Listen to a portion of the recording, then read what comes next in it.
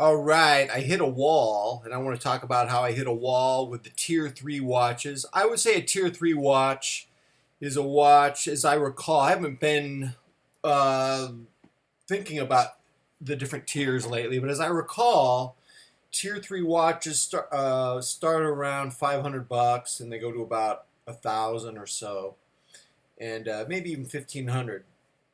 And a tier 4 watch for me personally, the ones that interest me start around 3,000. In fact, one very specifically is a Breitling Avenger uh, Wolf. I can't even think of the name right now. It's got the word Sea Wolf. It's the Avenger Sea Wolf 2 with the Arabic numerals. They're about $3,200. That's about the lowest I see them. You can see them used for around 2,000. I don't like the titanium ones. I like the shine of the stainless steel ones. Part of me wonders, is it too much like an Invicta bling type of thing? But I tend to like it. I mean, I'm not going to lie to you. I tend to like that quite a bit. Anyways, what happened was, I mean, I feel like I have to make this video because you've seen that I've had some watches that I put for sale, including this Seiko SSG 001. I'm just keeping it exposed to light because it's a solar watch, but it is brand new with tags. But I don't even think people know about that watch yet. It just came out. So it could be interesting trying to sell that one. The good news is I bought a Citizen ProMaster Navahawk. It didn't speak to me. The good news is the eBay seller let me return it, so that's not for sale anymore.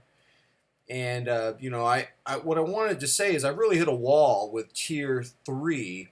I think I tried to convince myself erroneously that I could find the best Tier 3s in the world, the best watches for $400 to $1,000, and that they would substitute Tier 4, whether we're talking about Omega Planet Oceans or Breitling Avengers and Super Avengers or Panerai, which would probably be my favorite higher tier watches.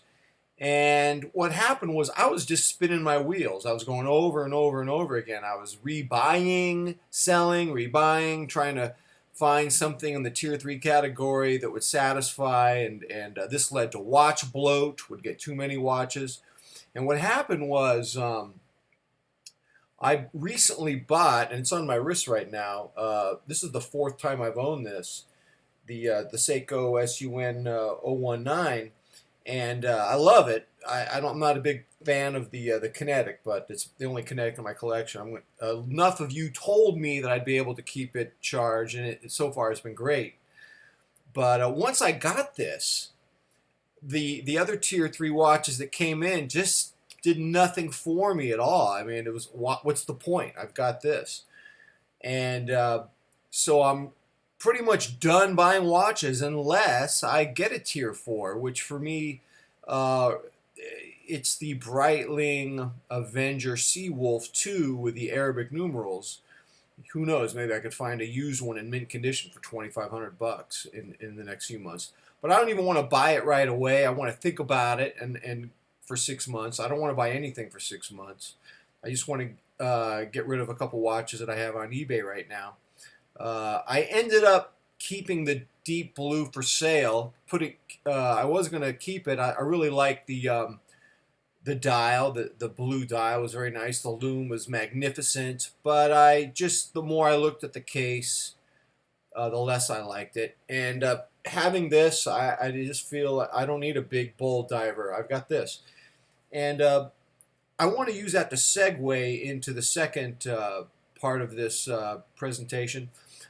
For the last month, I've been thinking, what would I say to a person who didn't have any watches and they felt that they had tastes similar to mine, and and obviously I'm the big expert on tier 3 because I've spent so much damn money on them, and I'm embarrassed actually.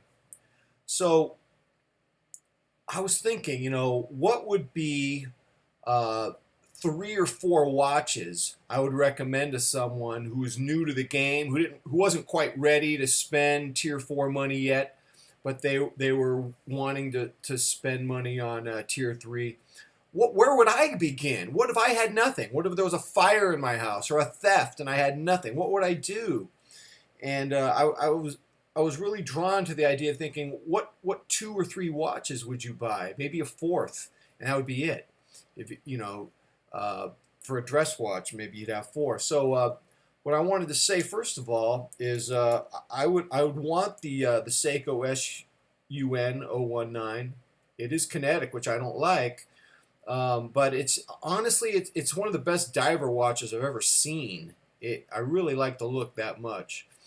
And so I would want to get, because I'm a diver guy, I'd want that. And close and looks, I'd have to get a Seiko Tuna. This is the 033 SBN 033. I'd have to put it on a bracelet. I don't like rubber straps. This is a end mill strap code bracelet, and a different style. But this, I'd want that.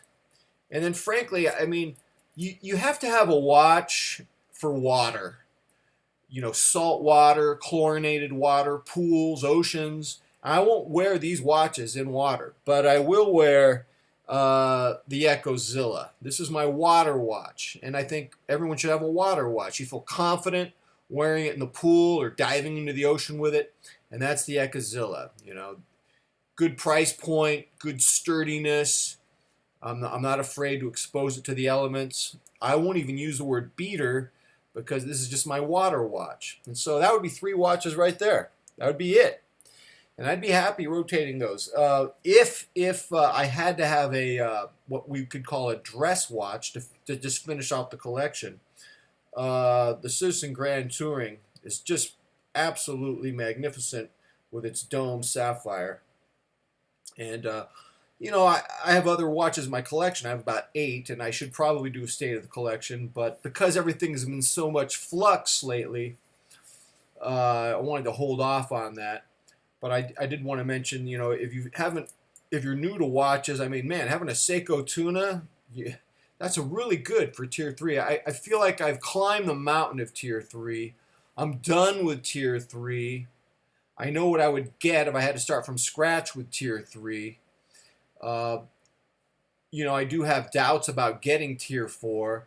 I've wasted so much money buying and selling that I don't even have the right to say, oh, I wouldn't want to spend $600 on a service for a Breitling. Well, yeah, you're going to spend $600. That's cheap compared to the amount of money you've wasted buying and reselling tier 3. So don't worry about that. I guess I do worry about dropping a tier 4 watch or doing something, damaging it in some way. And Johnny has a Breitling. I don't know if he still has it. I think he still has it. But I remember his repairs when he dropped it and the crown broke. Altogether, it was a $1,600 bill. That's interesting. I mean, I don't know. I'm going to give it a 6-month wait. For now, this is my substitute for the Breitling. But I'm not going to delude myself and continue to buy tier 3s thinking that they are substitutes, because this is not, when I say substitute, I don't mean it's actually taking the place of it. I just mean for now this is giving me enough satisfaction. But if I feel the watch itch again, I'm done with tier 3. I hit a wall with tier 3. I was spinning wheels with tier 3. When I think of this situation I've been in, I think of a very famous, perhaps overused quote by Albert Einstein, that insanity is doing the same thing over and over and over and over again and expecting a different result. And Mike, who's been telling me about this for a while, I got to give him my hats off. He's right about that. I believe his name is Mike Fisher. But he was right. You can't keep spinning wheels with tier 3. You can't keep buying a bunch of tier 3s that give you a semi-satisfaction. You're better off saving your money, getting a tier 4, and what ends up being an exit watch. End the madness with an exit watch. I mean, I think I'm drinking the Kool-Aid now. I paid the price for it. So either it's a tier 4 for me or I'm done. You won't see me reviewing any more tier 3 watches for a long time unless someone sends me one to review for them, and I'll send it back to them. Something like that. All right, my friends, I am out of here. Until next time, I am out.